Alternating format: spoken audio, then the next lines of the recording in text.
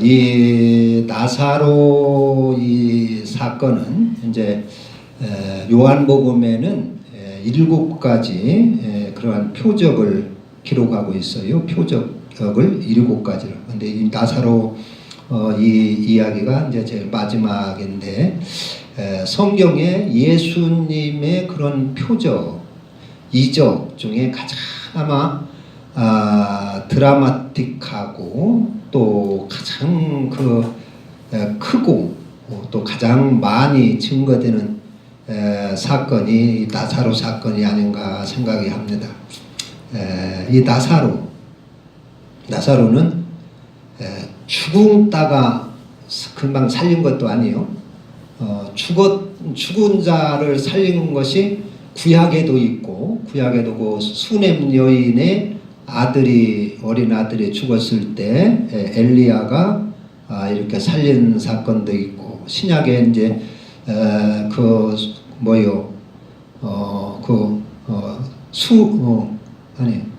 어떤 과부 있죠? 과부의 딸이 장례 치르는데 장례 행렬에서 누구요 그게?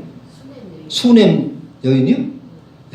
그 과부 아들이 장례 치르는데 우리 주님께서 멈추게 하셔가지고 청년아 일어나라 이렇게 살렸고, 또 해당장 야이로의 딸이 병들어서 죽으려고 할 때 해당장이 와서 예수님 앞에 우리 집에 와서 딸 좀 살려달라고 할 때 주님이 가는데 집에서 기별이 와요. 이미 죽었으니까 예수님을 더 이상 괴롭히지 말라, 모시고 올 필요가 없다. 죽었으니까.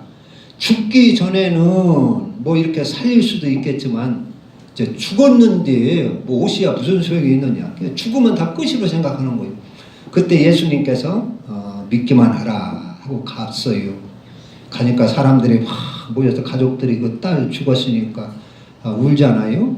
그때 예수님이 죽은 것이 아니라 잔다 하면서 소녀의 손을 잡고 달리라고 하니까 소년이 살아났어요. 그런 사건이 있는데 이 나사로 사건은 그것과는 비교가 되지 않을 정도로 죽은 후에 나흘이나 되고 그래가지고 이제 다 끝났다 해서 장사 지내고, 그리고 무덤에 장사 지내고 또 무덤 문을 돌로다가 꽉 막아놓고 썩어서 냄새가 나요.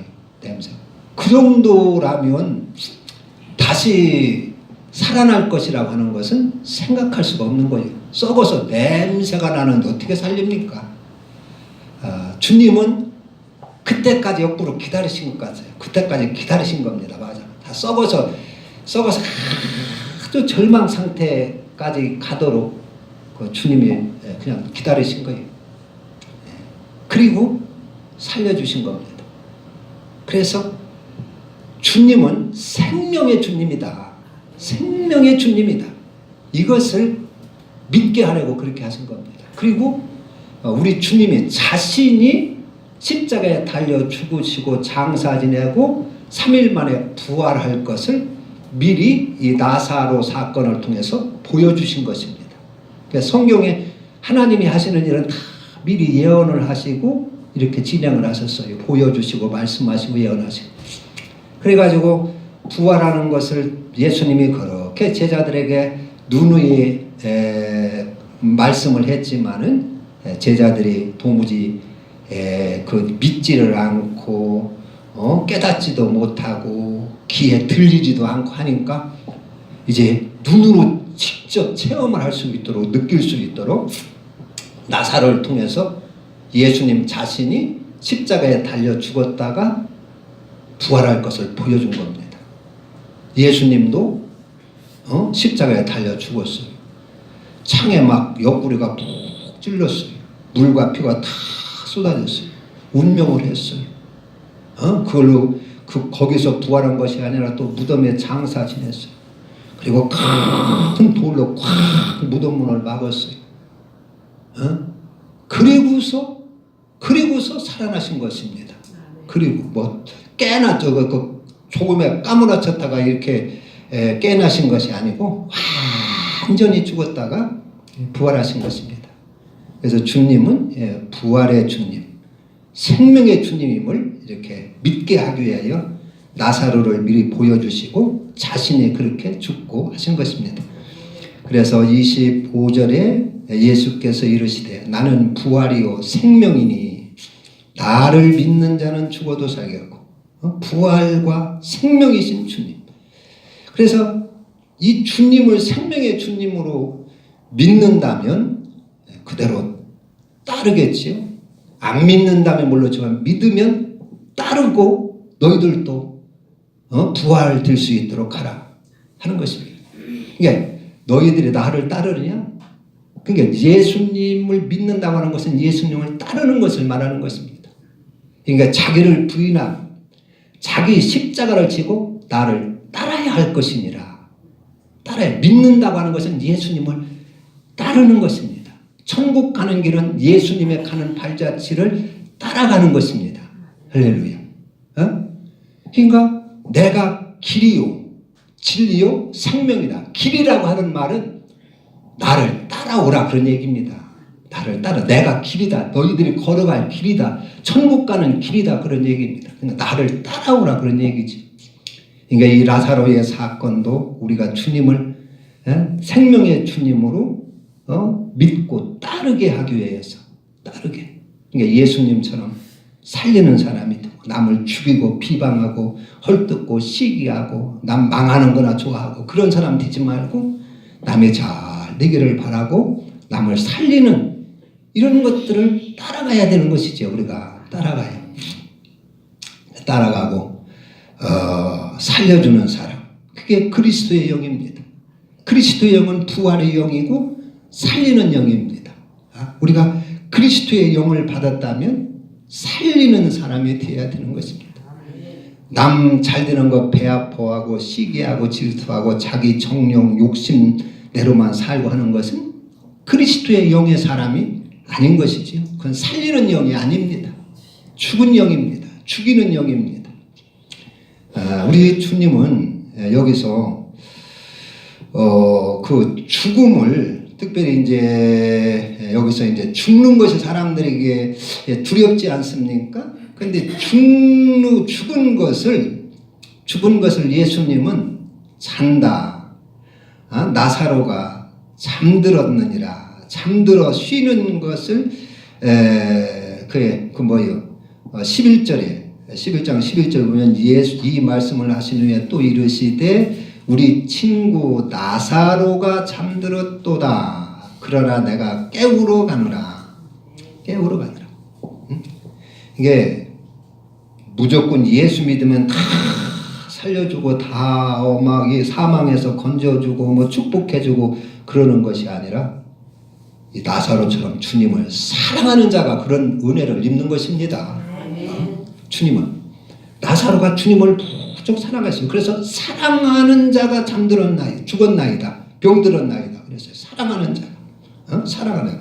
그리고 예수님도 나사로를 친구라고 이렇게 말하는 거예요.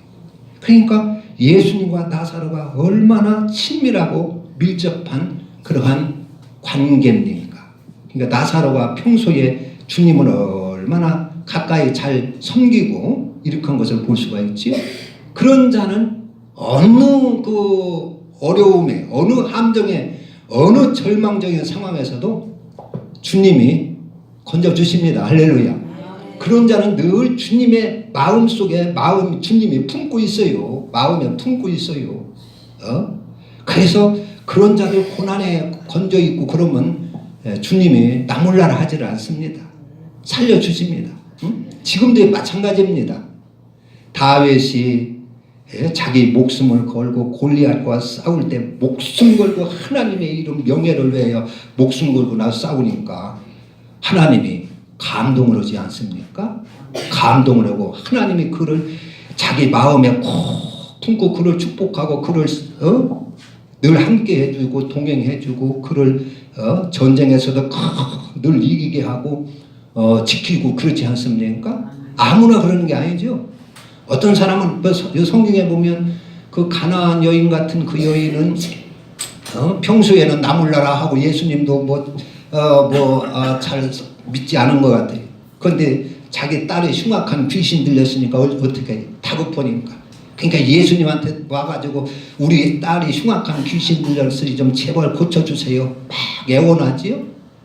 그때 어떻게 합니까? 알았다. 내가 가서 고쳐주면 그럽니까? 야, 자녀의 떡을 개에게 주는 법이 없느니라. 개처럼 사는 거지 맞으면. 안 가려고 그래요. 주님이 안 가시려고 그래요. 요새 들어도. 응? 그러니까 주여, 개들도 주인의 상에서 떨어지는 부스러기라도 먹어야 되지 않습니까? 그러니까 예수님이 마지못해서 이렇게 갔어요. 가서 네가 이 말을 하였으니 네 딸이 나았느니라 해서 고침을 받았는데, 그러니까 어떤 자는 막 예원 애걸복걸 해도 주님이 내키지 않으니까 이렇게 거절을 하고 이렇게 하지만, 어떤 사람은 그 야이로, 해당장 야이로 같은 사람은 착하고 선하고 하니까 내가 가서 고쳐주마, 가서 고쳐주마. 그런단 말이야. 가서 고쳐주마. 그냥 고쳐줘요. 응? 여기 나사로는 그 냄새나는 무덤까지 가서 예수님이 불러내고 살려줍니다. 나사로가 그냥 평소에 예수님 들은 본 척도 한 척도 않고 남 몰라라 하고 그렇게 남남으로 지냈다면 그렇게 하실 리가 없지요. 평소에 나사로가 주님을 그렇게 사랑하고 주님도 그를 친구로 여기고, 그리고 3년 동안 그 집에 신사를 많이 짓고, 그러니까 예수님께서 그 무덤, 냄새나는 무덤까지 가서 나사로를 이렇게 건져내신 것입니다. 불러내시고 살려내신 겁니다. 여기서 우리가 이 죽는 것을 잠들었다 표현했습니다. 다시 죽는 것은 잠자는 것이다. 여러분, 그 사람들이 다 죽음을 두려워하지요. 죽음을 아주 겁냅니다. 그래서 죽는다고 하면 앞뒤 손발 다 듭니다. 죽음이 두려워요. 그러나 예수 안 믿는 사람들한테는 죽음이 무서운 겁니다. 죽음이. 예수 안 믿는 사람들한테는 죽음으로 끝나면 괜찮은데 죽은 후에 하나님의 심판대 앞에 서야 돼요. 서야 돼서 세상에 살을 때 단단히 죄에 대한 형벌을 거기서 받아야 되는 것입니다. 그러니까 안 믿는 사람들한테는 죽음이 아주 두렵고 무서운 것입니다. 어떤 사람은 죽으면 끝이지. 죽음이 절대 끝이 아닙니다. 할렐루야. 영혼이 반드시 있고 한 번 죽은 후에는 꼭 하나님의 심판이 있다고 그랬어요. 심판. 이 세상에서도 무슨 일이 있으면 다 결산이 있지 않습니까? 우리 인생 한평생 이 땅에 와서 하나님이 주시는 햇볕을 받고 먹을 걸 먹고 하나님이 주시는 공기를 마시고 하나님 신세를 평생 지고 살았는데 하나님 앞에 가서 계산해야 되지 않겠어요? 생각을 해보세요. 계산을 해야지 않겠습니까? 평생 하나님의 신세를 지고 이 땅에서 핏덩어리로 태어나가지고 빈손으로 태어나와가지고 평생 하나님의 은혜 속에서 하나님이 지은 창조 이 세계 속에서 세상 속에서 살면서 하나님의 은혜를 평생 그 은혜 속에서 살았는데 하나님 앞에 계산해야 되지 않겠어요? 심판 한번 받아야 되지 않겠어요? 하나님 나 몰라라고 한 사람들한테는 그 심판이 무서운 겁니다. 두려운 겁니다. 그러나 믿는 사람에게는 죽음이라는 게 두려울 것이 하나도 없는 것입니다. 할렐루야. 죽음은 두려울 거 하나도 없어요. 잠자는 것과 같은 것입니다. 저 이번에 우리 김성훈 집사님 돌아가실 때 운명할 때 봤어요. 잠자는 것 같아요. 잠자는. 어떤 사람은 죽을 때 막 몸부림을 칩니다. 막 이를 막 갈고 얼굴이 새푸란해지고 그런 사람이 있어요. 근데 믿어서 구속받은 사람에게는 잠자는 것과 같은 것입니다. 그래서 성경에 보면은 죽는 것은 다 잠자는 것으로 표시를 했어요. 우리가 신앙생활을 바로 하기만 하면 여러분 죽음 걱정 하나도 할 필요 없어요. 나는 잠자는 것처럼 죽는 것을 믿습니다. 여기도 나사로가 그렇게 죽었지만 잠들었다고 그랬어요. 죽으면 이 고달픈 인생길에서 고달픈 인생을 한평생 살고 긴 잠에 들어가는 것입니다. 긴 휴식에 들어가는 것이 죽음입니다. 스데반도 그래요. 스데반도 죽을 때 보면은 사도행전 7장에 보면은 돌에 맞아 죽지요. 맞아 죽으면서 스데반이 하늘을 우러러 주님을 바라보며 주여 저들의 죄를 용서하소서. 이 죄를 저들에게 돌리지 마소서. 자기들이 하는 짓을 알지 못합니다. 그리고 이 말을 하고 뭐라고 그랬어요? 잔이라 그럽니다. 잔이라. 이 말을 하고 잔이라. 그 죽음을 잠으로 잠자는 것으로 표시를 했어요. 예수 믿는 사람 절대 죽음 두려울 필요가 없어요. 잠에 푹 들어가는 것과 같은 것입니다. 그래서 어떤 분들은 신앙생활 잘하게 정결하게 하는 어떤 분들은 자기 죽을 때를 대충 짐작을 해요. 그래서 목욕을 깨끗하게 하고 옷도 정결하게 갈아입고 그리고 기도하고 그날 밤 자다가 세상 떠나는 사람도 있고 그렇습니다. 그래요. 그래서 이게 죽는 것은 믿는 사람들에게는 잠자는 것이다. 이것을 꼭 믿으실 수 있길 바랍니다. 죽음을 두려울 필요가 없어요. 그리고 또 여기 예수님은 이 무덤 앞에서 나사로의 무덤 앞에서 감사를 했어요. 감사. 41절에 보면 41절 돌을 옮겨 놓으니 예수께서 눈을 들어 우러러 보시고 이르시되 아버지여 내 말을 들으신 것을 감사하나이다. 무덤 앞에서 감사했어요. 감사. 그 가족들은 지금 슬픔에여서 참 이렇게 아주 슬퍼하고 있는데 예수님은 감사했어요. 죽음 앞에서 감사. 왜 감사해야 됩니까? 여러분들은 죽음 앞에서 감사할 수 있기를 바랍니다. 왜 감사해요? 지금까지 살아온 그 하나님의 은혜 가운데서 살아온 것을 생각할 때 감사하지 않습니까? 감사해요. 지금까지 평안하고 건강하게 이 대한민국 더군다나 이 대한민국에서 이렇게 자유를 누리면서 잘 먹고 편안하게 살게 한 것이 얼마나 감사한 일입니까? 지금 여러분들이 지금 이 세상 떠난다고 해도 감사할 수 있기 바랍니다. 감사하실 수. 아이고 원통해라 이 좋은 세상 나도 어떻게 죽는단 말인가 그렇게 하지 말고 감사하실 수 있어야 됩니다. 지금까지 살아온 은혜만 해도 감사한 것이에요. 그리고 또 우리는 죽은 후에 뭐가 있어요? 하늘나라 영광이 있지 않습니까? 천국의 기업이 있지 않습니까? 기대되지 않습니까? 하늘나라에서 큰 기업을 경험할 그러한 사장들이 여러분들은 되는 것입니다. 할렐루야. 사장들이 얼마나 기분 좋겠습니까? 그러니까 감사하는 거예요. 주님은 벌써 그걸 다 아니까 감사해요. 죽음이 이것이 세상의 끝이고 그렇다면 여기서 주님이 왜 감사하겠어요? 그렇잖아요. 슬프지. 왜 감사하겠어요? 그 욥이라는 사람도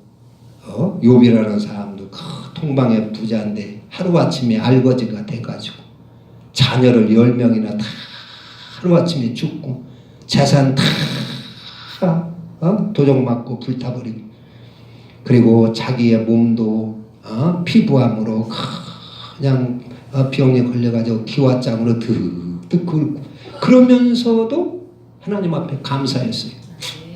감사. 주신 자도 하나님이시요 거두어 가신 분도 하나님이니. 하나님이 내가 그동안 하나님이 주신 것 잘 사용하고 누리고 먹고 잘 산 것 그것만 해도 감사합니다 하고 감사를 하지요. 감사. 그러니까 하나님이 그를 갑절로도 이렇게 부유케 하신 것을 볼 수가 있습니다. 예, 우리는 어떤 불행 앞에서도 하나님의 섭리가 있습니다. 하나님의 섭리가 어떤 역경과 불행도 하나님의 다 뜻하는 바가 있다. 그래서 그것을 통해서 우리는 하나님께 영광 돌릴 수 있어야 되고 하나님 앞에 감사할 수 있어야 됩니다. 우리 성도들은 어떤 어려움을 당해도 하나님 앞에 감사할 수가 있어야 된다 하는 것입니다. 감사할 수. 기도하시겠습니다. 하나님 아버지 감사합니다. 우리 나사로 이 무덤에 묻힌 나사로를 살려내는 이 사건을 통하여 우리는 주님이 부활이시고